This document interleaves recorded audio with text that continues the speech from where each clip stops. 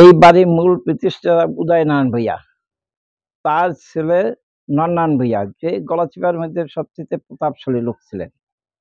তার ছেলে হচ্ছে সত্যনারায়ণ ভূঁইয়া, এবং সত্যনারায়ণ ভূঁইয়ার হাত থেকে এই ইংরেজরা চলে যাওয়ার পরে জমিদারি চলে যায়, এবং এই সত্যনারায়ণ ভূঁইয়ার ছেলে আমরা 3 ভাই।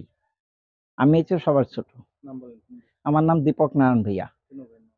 বড় ভাইয়ের নাম দিলীপ নারায়ণ ভূঁইয়া, মেজো ভাইয়ের নাম লক্ষ্মী নারায়ণ ভূঁইয়া। আমার নাম দীপক নারায়ণ ভূঁইয়া। আমি একজন রিটায়ার্ড শিক্ষক। অনেকের ল্যান্ড প্রপার্টি ছিল, এগুলো মানুষকে দান করে দিয়ে গেছে। প্রচুর জমি ছিল, ৬,০০০ একর জমি ছিল, এগুলো মানুষকে দান করে গেছে। জমিদারি অনেক নিলাম হইতো, যারা খাজনা ইংরেজকে দিতে পারতো না তার নিলাম হইতো। ওহিন্দা যাদের অর্থ ছিল তারা ওগুলো নূতন করে নিলাম কিনে তারা জমিদারি প্রথা পত্তন করে। এইভাবেই জমিদার গুলা হয়েছে।